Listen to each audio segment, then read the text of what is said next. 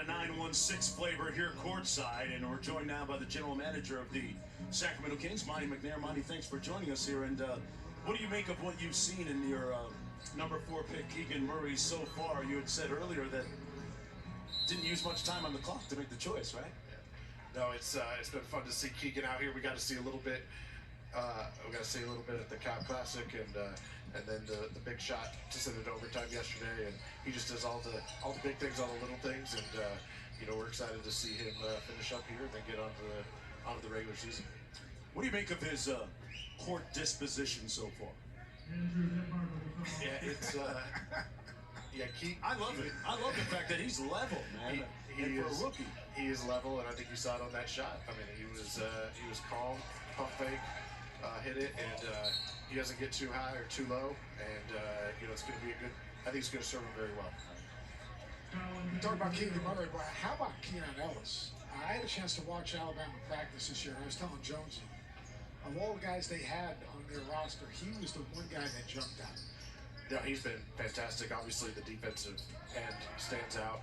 Deflections and block shots, steals, he can switch.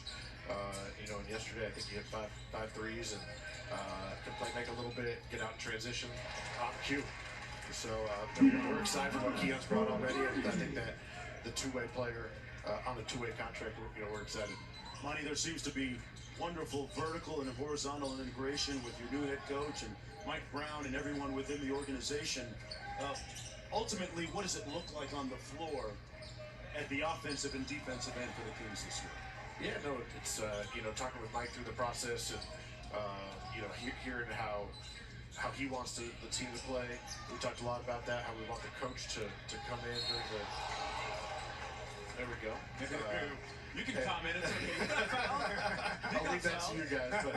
But Coach Brown obviously has coached at a high level, coached some of the greatest players, and now spent time in Golden State the last few years, hearing his vision for our guys, how they're going to get up and down, and certainly in his mind, you absolutely have to defend and play on his team, and you know, we need to get better on both ends, and I think Mike and the rest of his staff are going to do that. We're already seeing some here in Summer League. Fox and Sabonis, obviously two of the bigger triggermen and catalysts, and love the fact that Mike has already early made inroads with both those guys, and you see a lot of the bonds forming with those two and the rest of the guys. No, it's great to, you know, obviously we have some new faces. You know, Domas came in at the deadline last year, and you know, already him and Fox showed some chemistry on the court, and you know, now we got a few new faces coming in, draft, trade, and free agency, and those guys, a lot of them already out here, you know, showing support for the Summer League team and bonding themselves, and you'd love to see it. Shot makers too. Yeah. Kevin Huerter, one of those new acquisitions. Everybody in Sacramento talking about Game 7 Huerter from that Philadelphia playoff series. What do you expect to get from him this year? Yeah, Red Velvet. He said that they can come with him, and you know, just another guy who can space the floor. You said, you know, you already mentioned Fox and Sabonis and the pressure they put on the defense. And there's another one. Yeah. What we need is, you know, to surround those guys with guys that can space the floor, hit shots, and make a play. And Kevin, you know, obviously Game 7 was a fantastic display of that, but he's done that, you know, his entire career, and we're excited to see it in Sac. Malik Monk, another key acquisition, a guy that shot the ball incredibly well last year for the Los Angeles Lakers, and a guy, as an athlete, has the capability to defend, too, and make the team better defensively, right? Yeah, and I think with Malik, his playmaking and passing is underrated, too, and a lot of Coach Brown and his staff. Go ahead, let loose, Monty. Go ahead. Let me hear it. Hey, man, this guy, he's pretty special. We're excited, but another guy that can space the floor. Sure. You know, Malik, obviously the shooting, but the playmaking, the athleticism, and then, you know, obviously his bond with Fox, and, you know, going back to Kentucky and before that. Malik pointed out they switched numbers from their days in Kentucky. So Malik was 5 there, De'Aaron 0. Now they're going to be flipped, and you know, that chemistry from day one, I think, will be evident. We're excited to see that too. Keegan Murray with the big 3. Big time. Keegan Murray created a little separation off that little step back, which is something that probably he wants to continue to develop. But how about Nemus Queta, his development? Because he's shown some things. Quite honestly, I watched him at Utah State. He's grown a great deal in the last year. Yeah, I think everybody's talking about the big 3 he hit in the comeback yesterday, but you know, for us it starts on the defensive end, and his size, mobility, obviously rim protection, but ability to switch when needed and guard on the perimeter.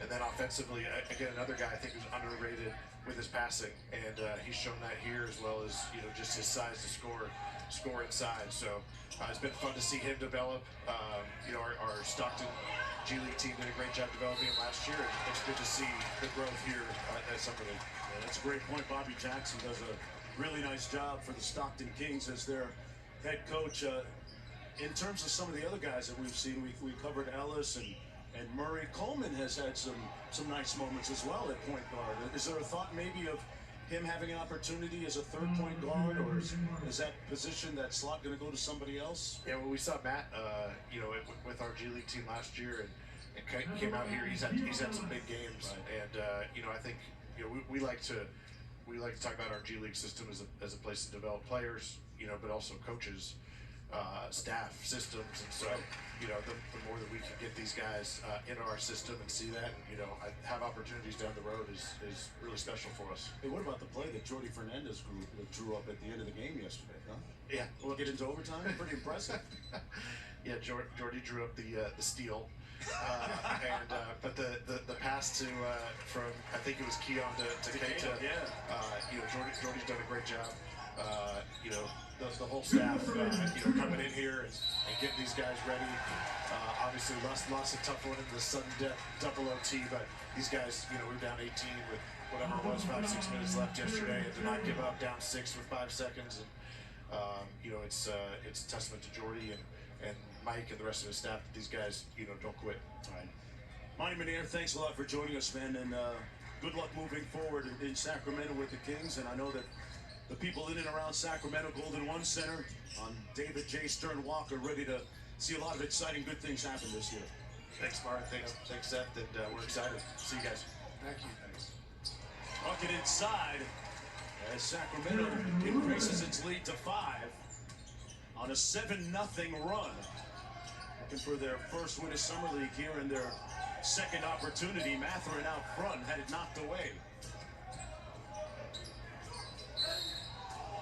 Keegan Murray with a little bit of rim protection there, got a hand up. He's been much more assertive with the ball in his hands, too. Trying to create a little separation, get a paint touch, get downhill, create shots. 1:24 to go. We got a time under the floor, and we're going to have what we've